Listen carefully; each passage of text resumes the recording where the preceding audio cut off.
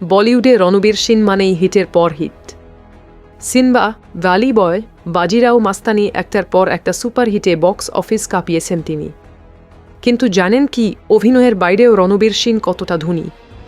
একটি সিনেমার জন্য নেন প্রায় 30 কোটি থেকে 50 কোটি টাকা।